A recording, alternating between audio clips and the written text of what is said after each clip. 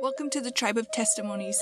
Here you will find conversations with faithful Native American members of the Church of Jesus Christ of Latter-day Saints, sharing their stories and their love of the Savior. My name's Andrea Hales. I'm Navajo, and I'm glad that you've decided to come and join us today. My guest today is Cynthia Connell. I say her name wrong, and I'm sorry about that in the podcast. So, yeah, she actually came to my house. You guys, I love it when y'all come to my house. And I know that it's not possible for most of you, but it just makes me so happy to have you here. And I love that Cynthia brought her husband with her, because as she told some of these stories, I wanted to see his reaction. Like when my husband and I tell stories about each other, there may not be full truth told sometimes, more often by one particular person than the other particular person. Anyway, but I kept looking at Richard, and he would just nod his head every time she told an amazing story, and he would verify it with his head nod. So she has some amazing stories. I'm sure there are so many more we could have got to, but time. So I hope you enjoy this time with Cynthia and me, and here she is. I am in my home today with Cynthia Connell, and I'm so happy that she's here. We had a mishap to get to this point, but we're here, and so I'm happy. Cynthia, would you please introduce yourself in your tribal way as much as possible? If it's in your language, great. If it's not, that's fine. Not everybody speaks their language, and some languages are dead. My name is Cynthia Connell. And I said your name wrong. Sorry, Connell. It's okay. Everybody pronounces it differently. I have ancestry among the Algonquin people, and probably also among the Mi'kmaq, and primarily in the Saponi of North Carolina and Virginia. I have been an urban Indian all my life, and I have never actually set foot in North Carolina. And so I've never had an opportunity to learn my tribal language, which I understand is reemerging through the effort of many people in that community. So it's exciting to see that happen. That is really cool. Thank you. Cynthia, would you share something that you love about your heritage as it relates to the gospel of Jesus Christ? It can be pretty much anything. A story, a celebration, a way of life, a ceremony, anything. Being urban, that usually means you live in a large city. And my grandfather went to New York when he was 16, and my father was raised in New York in a very multi-ethnic neighborhood. And eventually, that meant that I got a grandmother who was Jewish. And over the years, as I've learned her family history, I've learned more about her culture. And the traditions often tell where a person came from, and the more you know, even what they ate could tell you where they were from in Europe. And as I learn more and more about the Book of Mormon, I am surprised to see the harmony of the Old Testament and the New Testament and of our indigenous ancestry. And to me, that brings me great joy.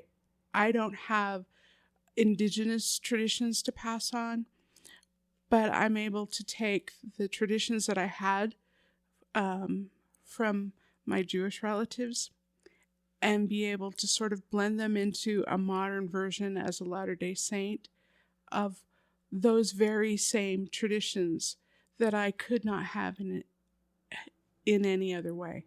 So to me, that's a very, very important part of who I am.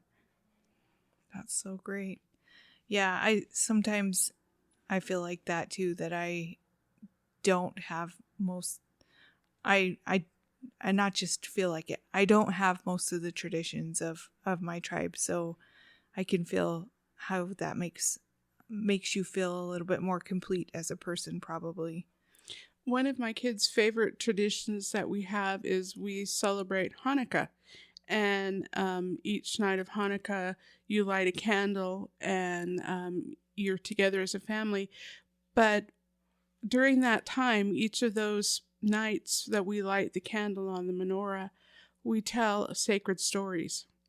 And when I went on my mission down on the Navajo Indian Reservation, I learned that they had the tradition that you tell those sacred stories in the winter on those darkest days. And so for me, that was a wonderful thing to be able to pass on both traditions. And when my children went off on their missions, it was those stories they heard year after year that they took to people and shared about how, paying tithing led to this blessing, or prayers were answered for our ancestors on this occasion. And each one of those nights we told the same stories for years, and it strengthened their testimony in such a powerful way. And I think that's what those stories on the reservation are for. They're to strengthen our youth, to pass off faith, to overcome the darkness. Yeah, that's so cool. I love that. I might just start adding that to my family.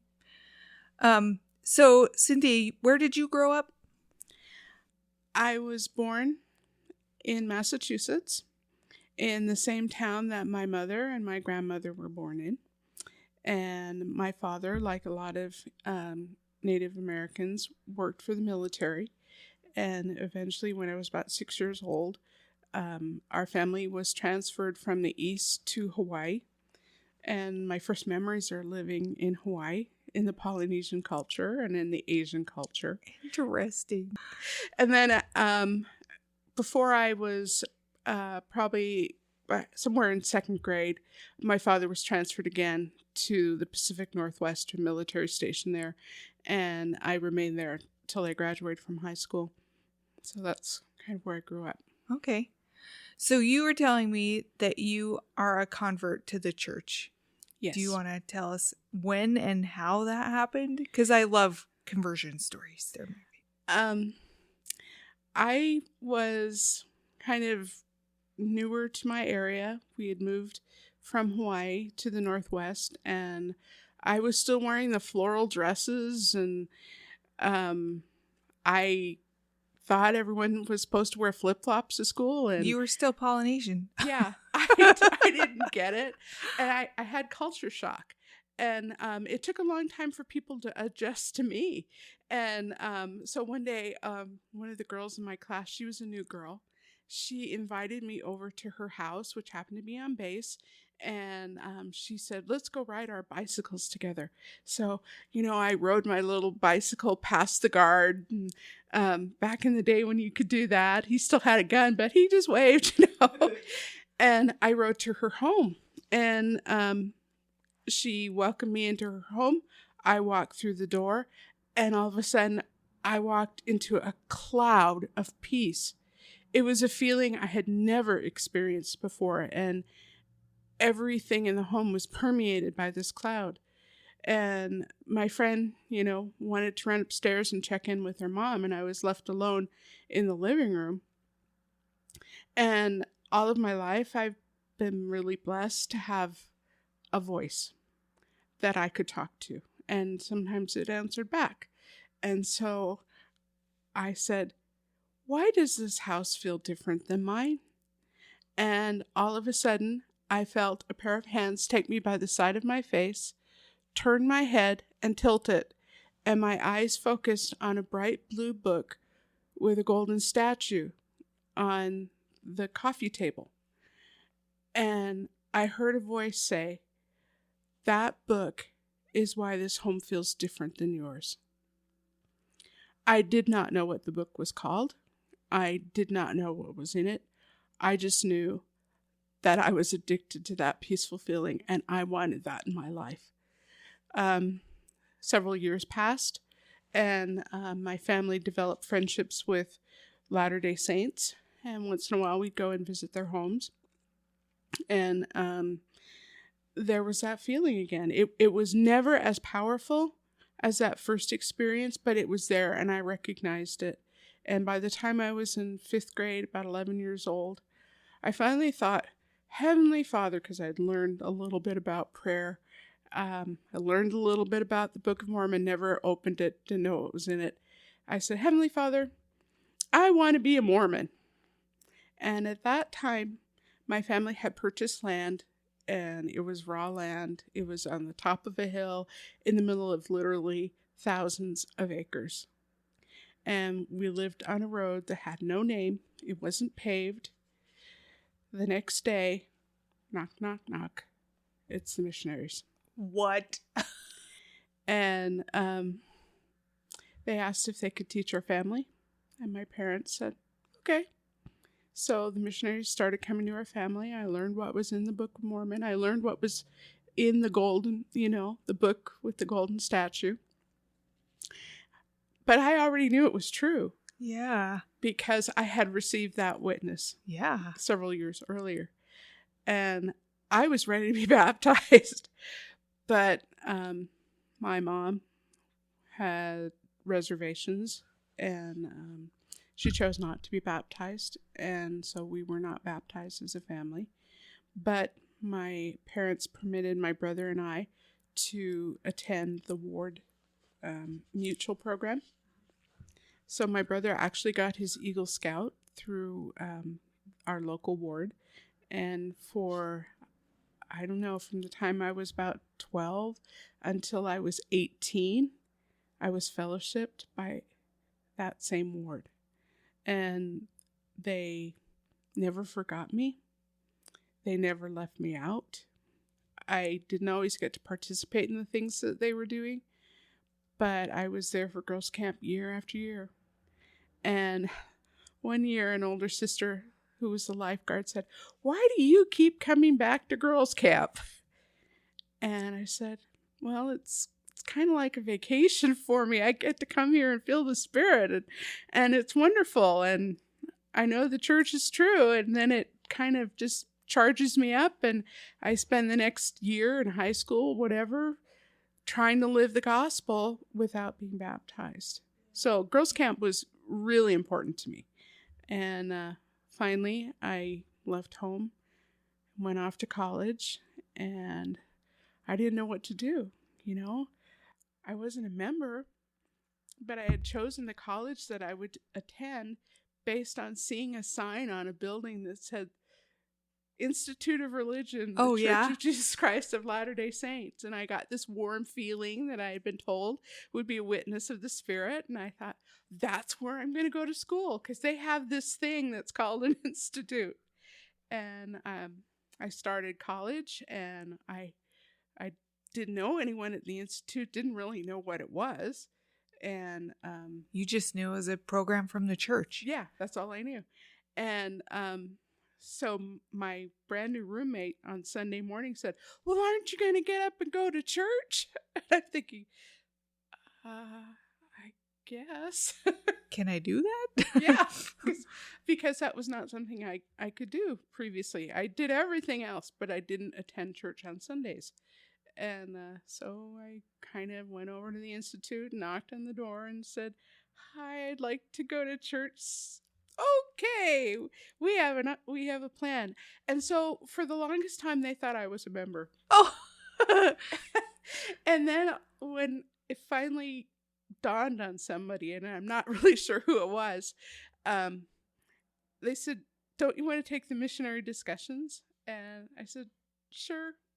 At that point, I knew all the doctrines of the church. So it was just, it needed to happen to fill that checkbox. And so I took the discussions. I again received a witness that the church was true, and I was baptized. And you were about 19, 18? I was 18. 18. So it was still my first semester of college. So I was efficient in that way. And you're an only child? No, I have an older brother. Oh, you just said that. Yeah. And did he get baptized? Nope. I'm still the only member of the church in my family. I'm 62. And are both of your parents still? My mother's still alive, and my brother is alive. And my brother has chosen his own faith tradition, and he's very satisfied with that. And my mom still very much believes she was a kid from Harvard, so for her, intellectualism was really important. So religion is not a spiritual thing; it's a cultural thing. And so from that point of view, any religion is equal. And but if she got really sick, she'd ask for a blessing from the priesthood. So that's kind of where we are. I think we've all tried our best To respect each other. to respect each other's differences, and I don't think I've never felt that anyone was trying to force their belief on me, and so I reciprocated that. I didn't try to force anyone to believe anything, but they love my children, and they're proud of them. And my mom was really proud when I went on a mission. That's so great. So you're married and you're sitting here with your husband, and you mentioned that that's an interesting story. So how did you get to that point? Well, we have to backtrack just Okay, a little backtrack. bit. Oh, so you served a mission, and that was... I served a mission, and I was, I grew up in Seattle most of my life, and before that, obviously, the beauties of the tropics. Yeah. And I got called to the Navajo and Hopi Indian Reservation, and I was just completely underwhelmed when we flew into the Winslow airport and everything was red and there were no plants, nothing green that I could see at that point in my mission. So it was kind of a difficult transition for me, but I learned to love it. I learned to see the beautiful colors of purples on the mesas, and I got through my mission, and a lot of good came from that. And you were saying that in some ways that actually that gave you an identity, in yourself too. Growing up where I had grown up near Seattle, there were a lot of Scandinavian people, and I lived in this little town. We lived up on the hill, but there was a one street light town, and it was built by Norwegians and Swedes, and it was really cute. And someone decided, hey, we can make money if we invite tourists to see how cute our little town is. And so they built up the cuteness factor to the max. And they made it a rule that if you worked on Main Street, you had to dress as a Norwegian. No way. Yes. And so I was able to get a job. I just graduated. I was home from college for a period of time because Mount St. Helens had blown up, and I had grown allergic to my university from all the volcanic dust, and I had to come home to recover from that. And so I wound up working at what was called Sly's Bakery, and people literally from all over the world would come to this little teeny bakery and come to have our Scandinavian goodies. And but I was required to wear a little hat and wear something that was reminiscent of Norway. And all the girls in my high school were blonde, and many of them were 6 feet tall, and I am not blonde, and I am like 5'2" and built kind of like a brick. And I thought, I guess I'm just me, whatever me is. But when I went on my mission for the first time in my life, I was looking at people who were the same color as I was, and many, many different varieties of physical shapes. And for the first time in my life, I thought, I'm normal. And I didn't realize how much my self-esteem had suffered from not being 6 feet tall and blonde. But that for me was a wonderful blessing from my mission, as I came away going, I have something about me that Heavenly Father designed, and it's good enough. I'm happy with who I am. And I've always, from that point on, I may make jokes about what I think I look like, but I'm grateful.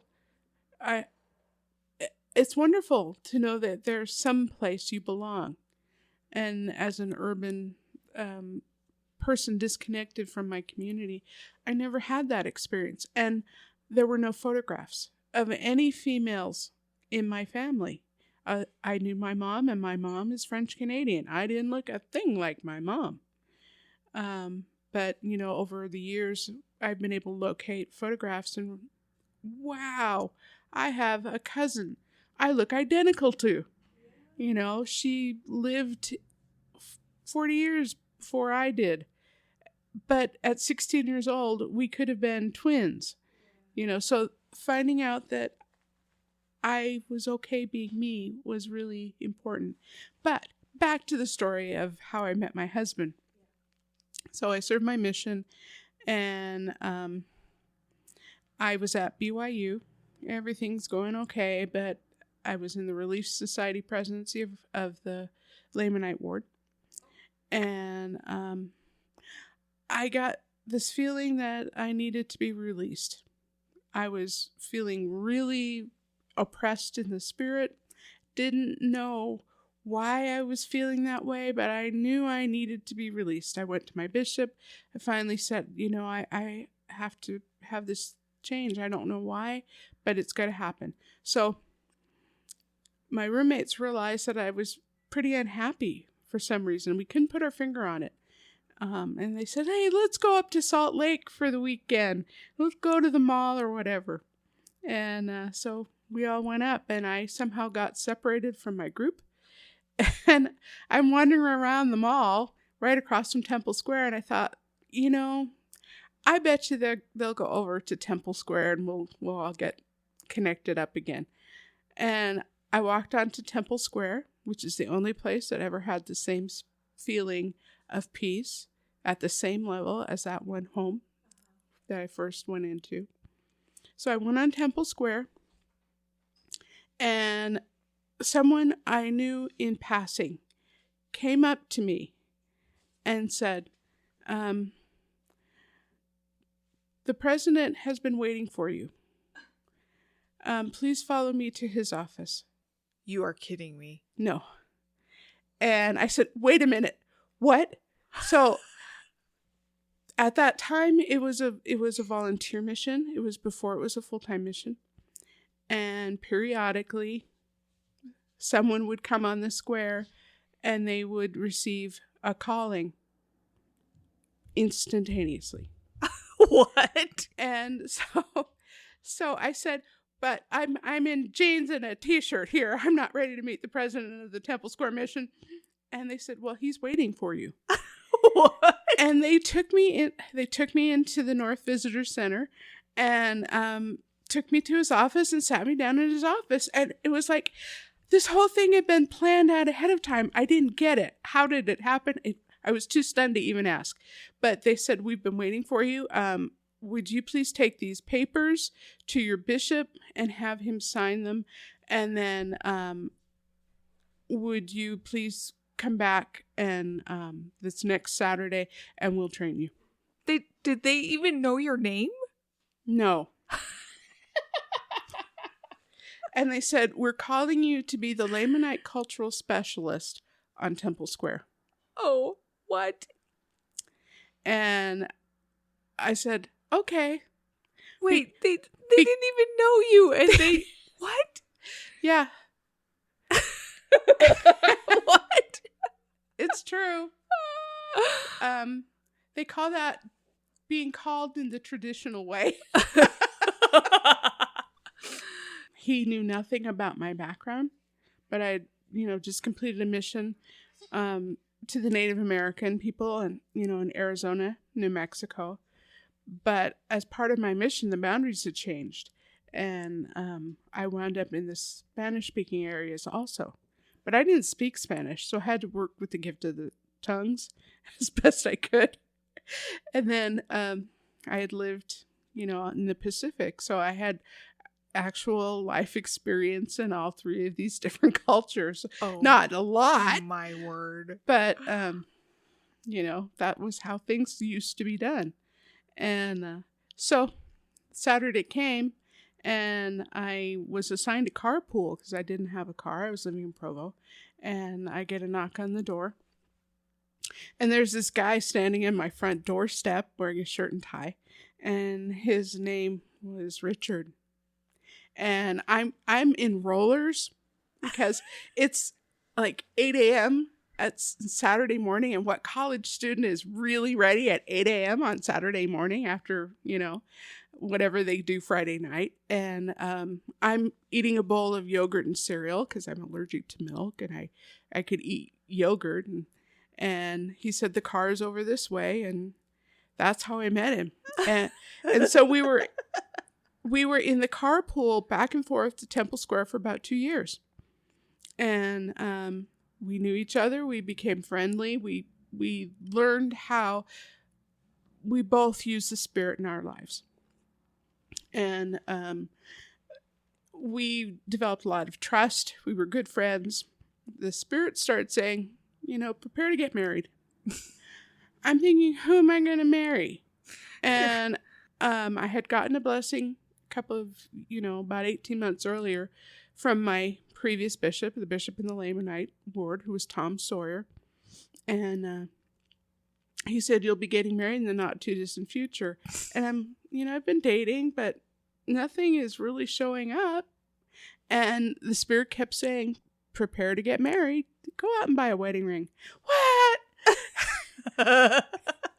And so I called Richard up. I said, I can't believe I did this. You want to come and see what I did? And I showed him this wedding ring. And he looked at me and goes, wow, that's really nice. But he wasn't fazed at all. He said, do what the Spirit tells you to do. And so finally I was disgusted. Why was I preparing? Money's tight. I had a little more that semester from a scholarship. And so I had the money to actually get the things that I needed. And but I was thinking, why am I doing this? I'm not even dating anyone that's going to offer me a proposal. And I went back to Bishop Sawyer and I said, I want another blessing. I want to know what the deal is here. Why is this happening to me? He gave me a blessing. He said, you will know who you are to marry by the end of the week. Oh, my word. And I'm thinking, you're speechless. And I brought my friend along, Richard, and you brought him along. So he was a witness to what was said there. And we walked home, and I thought, well, who am I going to marry? I know this is so hard to believe. This is so great. So we're getting to Thursday or Friday. I think it was Thursday. And I had gone to see the bishop on Sunday. And I thought, my roommate's just saying, well, why don't you think about dating Richard? And Richard's actually 4 years younger than I am. We got off on our missions at the same time, but he was still younger. And so I hadn't really considered him. Yeah, and he's your friend. He's my friend. You're like, he's a guy. I just... Yeah. And so I said, well, Heavenly Father, if you want me to date Richard, my roommates are going to be gone Friday night around 10 o'clock. Bring him over. And we can talk. And I didn't call Richard or anything. Friday night, 10 o'clock, knock, knock, knock. This is like a movie. It is. And I said, okay, well, I was wondering if we could talk.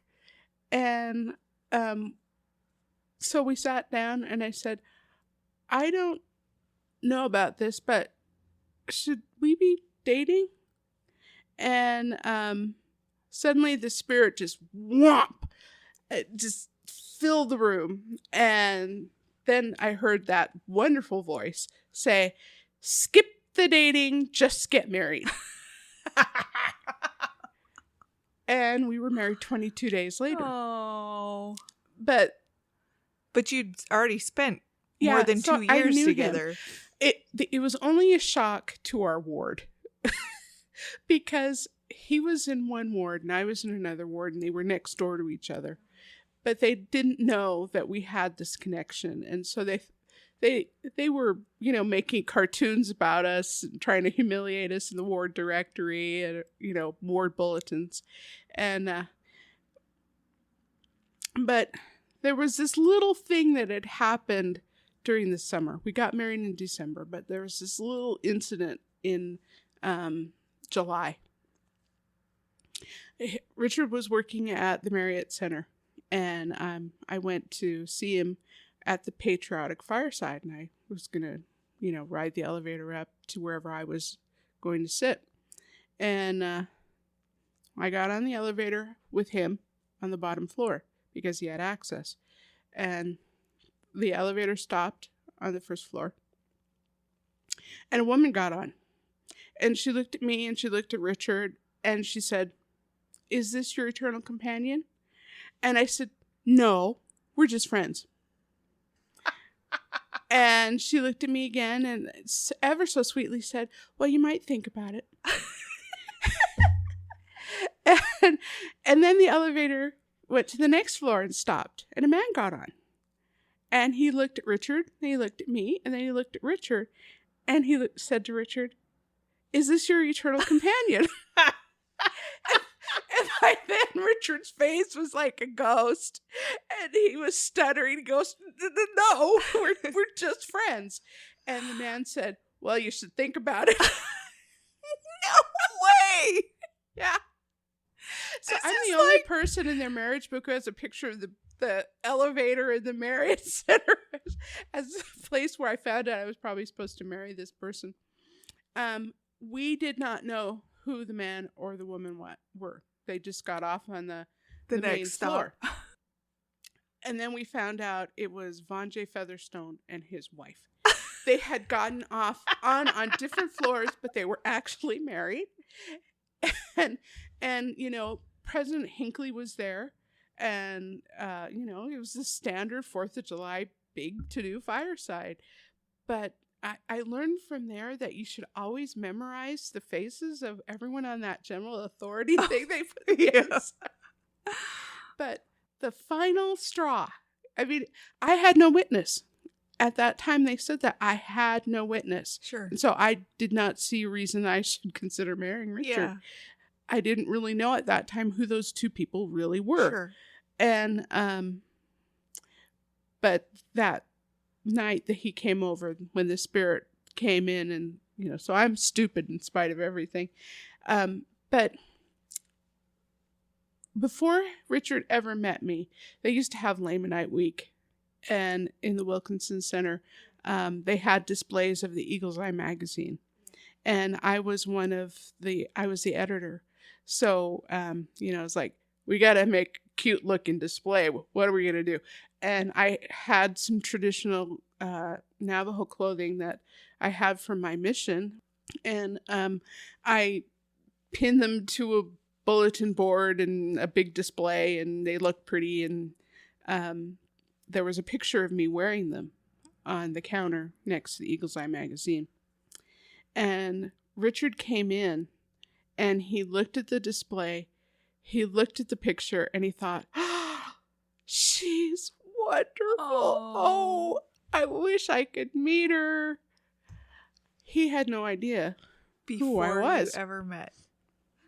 We were married for several years when I was going through some pictures from my mission. And all of a sudden, there was the picture that he had seen. And he just stopped. He goes, "It's you! It's you! Oh my gosh! You're the person who was in the display." And I thought, I just want to run down to the reservation wherever she is in that picture. And I want to meet her. Oh! So, some people have very reasonable decisions of why they marry, how they marry. We did not. Yeah. It was essentially a cut and dried arranged marriage. The Lord would arrange it, and he did. And we've been married 32 years. And we've had our ups and downs, but we've managed to get through it all, and we're happy together. We have a lot in common. And they aren't the things that you would normally think, because when Richard said, were getting married, there was some pushback because people said, but what about her color? What about the children? What will happen to them? And President Kimball said, marry within your culture. And what they didn't realize that was Richard's dad was brought up in New York City. He spoke Yiddish just like my dad. Oh, my word. And we had an entire culture that we shared that was not obvious. Yeah. Beyond the difference in our skin color. Yeah. And Richard was the only white kid who had gotten an A in the Navajo language at BYU. At that time, I'm certain there have been others. So he had actually, his heart was turned to the Native American people, and he was sincere. He made the effort. He wasn't just saying, "Ooh, that person looks like a picture postcard." And I had a friend who used to say it was the Pocahontas princess fantasy. He didn't have that. He was sincere. He wanted to help the Lamanite people. He wanted to bless and encourage and be in a supportive role. And he's been there through everything. And it's been wonderful. So how many years were you at BYU, and what did you major in? What experiences did you have there? Because it sounds like that has been a change in your trajectory in your life, BYU itself. I went to BYU after my mission because of Mount St. Helens. I couldn't go back to the university that I had attended previously. And I felt BYU was where I belonged. But I was scared because at the previous university, they wanted me to be an English major. And I didn't intend to be an English major. I didn't measure up to what my mom's Harvard standards were. And at that time, even when I was in college, this is in the 80s, people did not know what dyslexia was.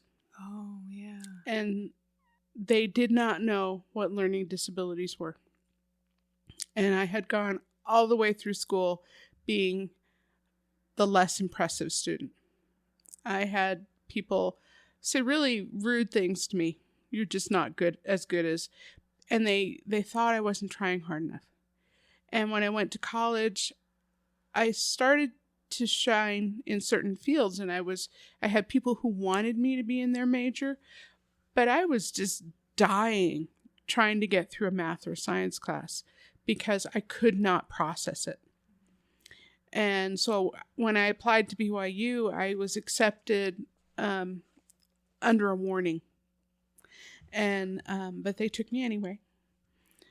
And after a couple of semesters, I realized that yes, I was supposed to be a writer. That was the Lord's plan for me. And I talked to a professor and I said, how can I be a writer?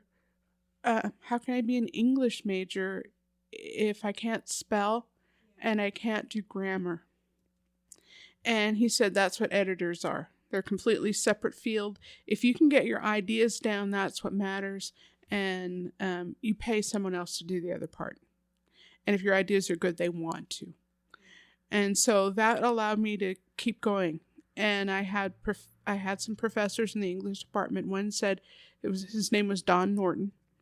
And he took me under his wing. And he said that I was probably one of the very first, if not the first, Native American who would be graduating from BYU with an English degree. What were they graduating in before that? Education. Oh, okay. I was just plain English. Yeah, okay. And I had an emphasis in personal history. And so part of what happened was that BYU finally said, look, we're going to call you in. We're going to find out why you're getting A's in these classes and you're barely passing in these classes, which were the maths and the science classes and the language classes. And so they put me through a battery of tests, and they said, well, you have dyslexia and you have a process learning disorder. If you did not have those disorders, you would be a genius. But that's what your problem is. And you are spending a tremendous amount of your effort trying to work around this blockage that's happening in your brain. So we're going to help you. And without BYU's help, I could not have graduated from college.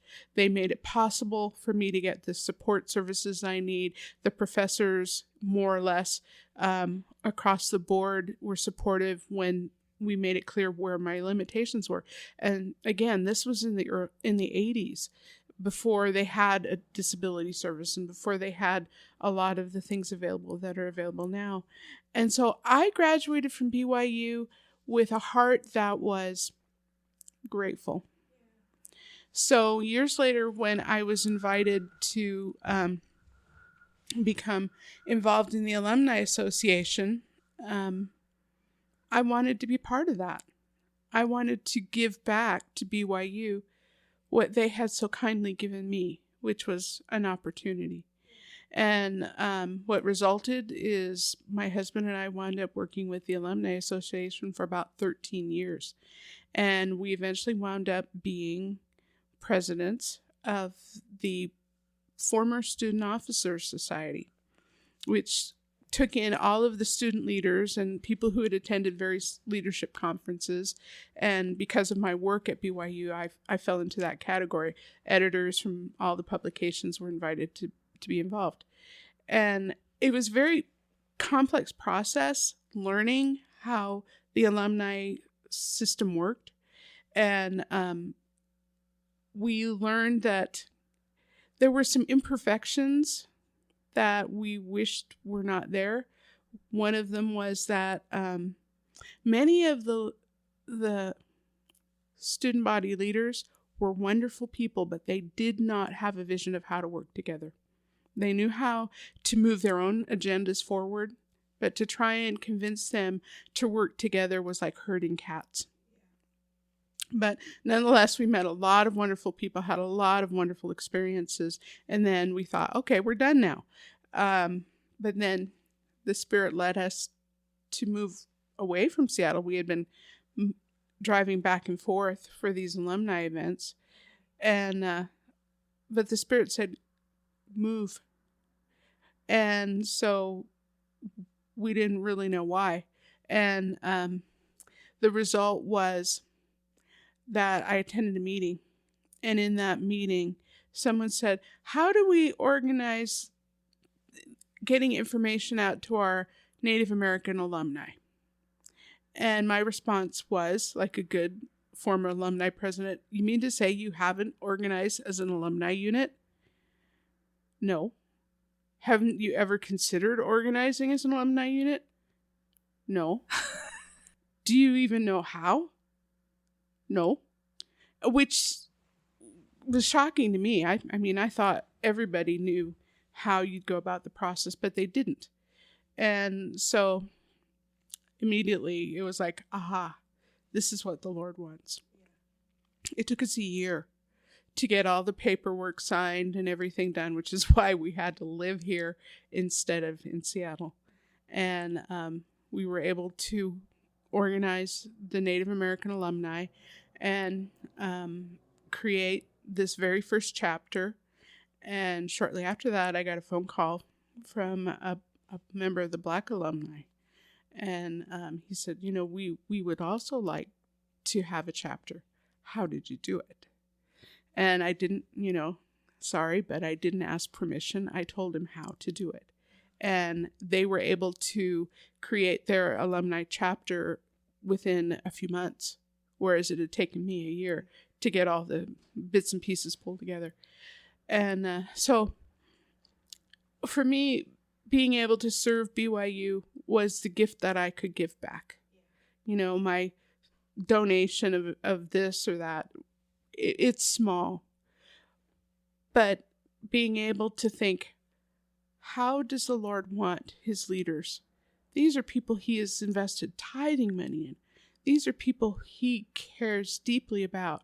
And particularly, how do I help the Lamanite people? How do I help the Native American people? He's offered them so much. What do they want to give back? And immediately, as soon as we organized, the Lord said, you need to find all the records that are at BYU. And before I knew it, there was a whole group of people and everyone was moving in the same direction at the same time. It's like, as we were preparing to organize the group, I wanted to have a focus of things that we could do. And I had gone into the BYU library and I sat down with a librarian in the special collections. And I said, okay, what's in the archive? And they looked and we can't find that. Okay, well, how about, do you know where the information is on the Lamanite generation tour to China, the first one? Then they typed it in. No, we don't know where that is. Okay, do you know? And I went through everything I knew. And the reason I knew to ask those things was that was part of our training as alumni chairs. We were told that we had a relationship automatically with the special collections. So when we realized that there was this gap of information, we knew things were there. That became the first project. Yeah. And it was what Heavenly Father wanted, because everything came together so beautifully under the leadership of Mike Taylor from Native American Studies or American Indian Studies at BYU, and Farina King, who's alumni, who I believe right now is at the University of Oklahoma. And now there's this fabulous database. They have pictures, people are named, they have been recording personal stories of alumni, and you can just look it up online. And to me, what's really important is those are people's family history. And we're giving them something, what a wonderful thing to be able to Google the name of an ancestor. And there's an interview with them. So to me, that was a wonderful blessing. And another thing that came from that was I attended a meeting with Elder Larry Echohawk. And part of what he said in that meeting was that he wanted all the Indian people to read the Book of Mormon from the Lamanite point of view. And as an English major, I understood exactly what he was saying. Right now we're trained to put the Nephites in the central role. They're the ones telling the story. And we learn from them, and all of our texts are from them. And the Lamanites are secondary in the story. They're kind of just why the action happens. But if you read the Book of Mormon from the Lamanite point of view and you put them in the role as the central characters, all of a sudden you begin to realize I have missed almost 50% of the message of the Book of Mormon. And for me, that was really sobering. It was a revelatory thing, and it was a very healing thing, because there were messages that were given to the Lamanite people through the Savior, all the way through the Book of Mormon, that said, I will never forget you. How many of our wonderful youth have suffered from despair and a feeling that they are worthless? And yet the message from the Book of Mormon, that thing in the title page about why we need this, why in the latter days the Lamanite people need this message, is because it said, I, Jesus Christ, the Savior of the world, will never forget you. And he's not saying never forget Bob down the street, never forget your high school teacher. No, he's saying, for me, Cynthia, no matter what you go through, you are in my sight. And that connection, it's here for you. And there were many profound moments when I realized that the Isaiah sections of the Book of Mormon, which seem sometimes to be confusing to people, were so accurate in meeting the needs of our people. My tribe is Saponi. They're not federally recognized at this time. They're state recognized.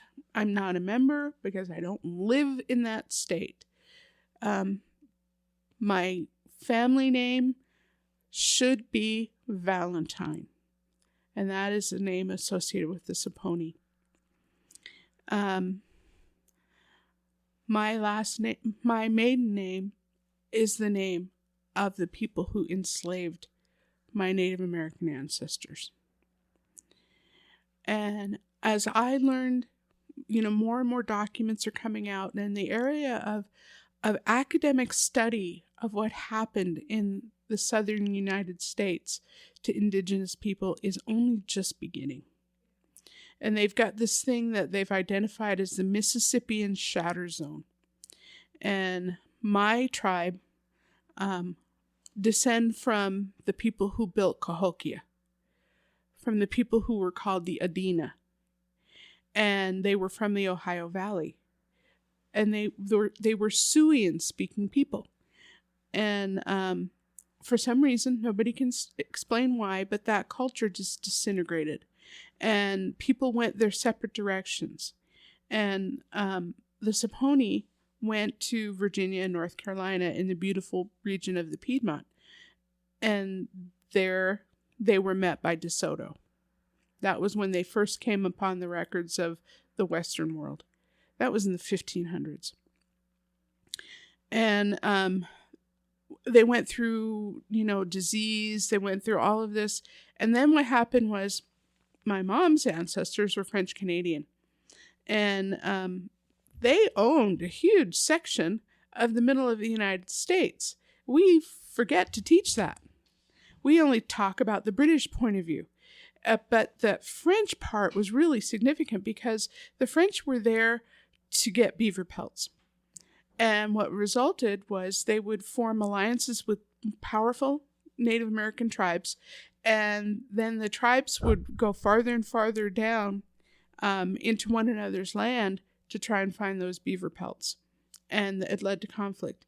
And some of the smaller tribes, like the Saponi, got in a vice.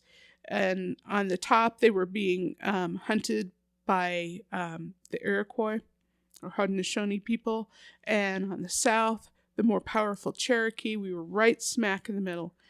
And the British realized that the enemy of my enemy could save me from having to do all the work.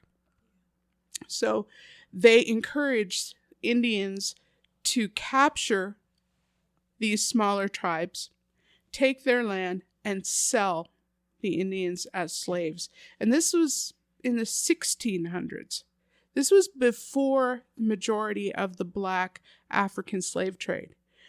And what they did was they realized, the British realized very quickly, that you could not enslave people or imprison people on their own land. They knew how to survive on that land. So what they did is they broke up families, put the men on boats, and took them to the Caribbean. And they left the women to work the land, since many of the women were the farmers in that culture. And as black slaves were brought in, they were used to produce another generation of slaves. And so here were all these people who were enslaved, and I didn't know how to process that. I didn't understand it. I didn't understand why it had happened. And as I read the Book of Mormon from the Lamanite point of view, and there are stories about enslavement and being in chains, and I realized, oh, he's talking about my people. This is my family history. This isn't just random stuff in here. He's trying to bring healing to my people who suffered this. And the more I looked into the family history, the more it came forward. It was overwhelming. I discovered stories about people who literally walked to put themselves on the slave block and their children because it was that or be taken off their land and sent to Indian territory. And for them, they couldn't accept that.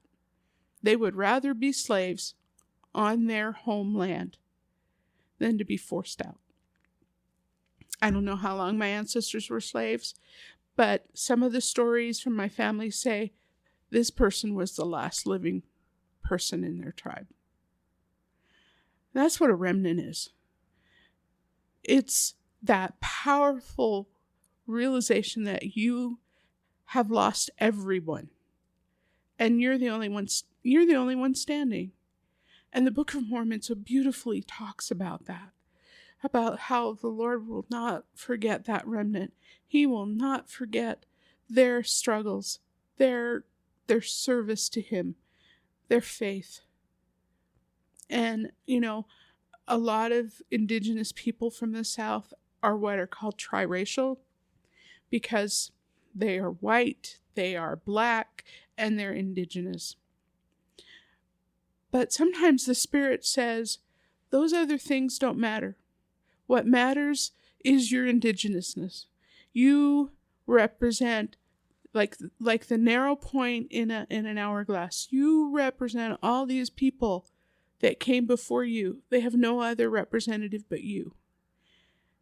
And so when we talk about doing temple work, and we talk about doing family history, and we talk about people receiving revelation, it's coming from those indigenous ancestors. So for me, I have a testimony of the Book of Mormon from when I was a little kid. Didn't know what was in it. But now, here I am 62, I know exactly what's in the Book of Mormon. And I know that its message is for me. An indigenous person, a Lamanite person. I don't care if somebody has a theory about, well, the Lamanites were in this part of America or they're Central America. It does not matter. The God that I believe in can testify to all people on this earth. And he remembers me. Yeah. Well, I have one final question that builds on that. And what does it mean to you to know that you belong to the tribe of Israel? For me, it is very powerful. Someone once said to me in a meeting, we were organizing a Native American school in the Northwest, and she said, there's no one more sad than an Indian without a tribe. And as soon as she said that, I broke down in tears because it impacted me so powerfully that there is a loss when we do not have a people in a place. It's built into us, and we can't fill it on our own. As I mentioned earlier, I have people who are Jewish in my family, and the only grandmother I ever knew was a descendant of Romanian Jews. And I went to a genealogy conference to learn how to do research on her family. And a woman came up to me, a tall, fair-skinned woman, and she looked at me and she said, now, what are you doing here? And I looked up at her and I said, the only grandparent I ever knew was the descendant of a Romanian Jew. And she goes, oh, okay. And I realized in that very moment, I had been accepted. I didn't need a tribal number. I didn't need a green card. I didn't need some kind of certification. I was now part of the house of Israel in her eyes. And I think as a people, as Latter-day Saints, we need to get there. We're not there yet, where we say, I'm a Latter-day Saint. Welcome to the family. I'm a Latter-day Saint. It doesn't matter what language you speak. Welcome to the family. We have to get there. And for me, being a member of the House of Israel is that.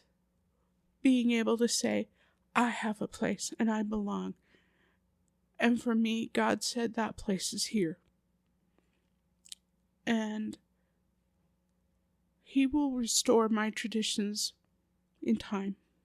He will restore my hidden ancestry in time.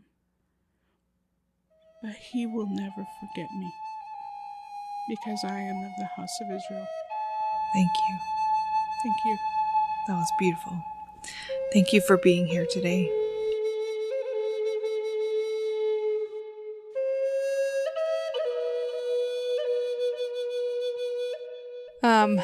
So I try to get my 5-year-old to take a nap. I try every day. Sometimes we don't have time to get her to take a nap, and sometimes she refuses. But she wiggles and she wiggles and she readjusts her blanket and she readjusts her. She just won't hold still sometimes, and I like to take naps too, I'll be honest.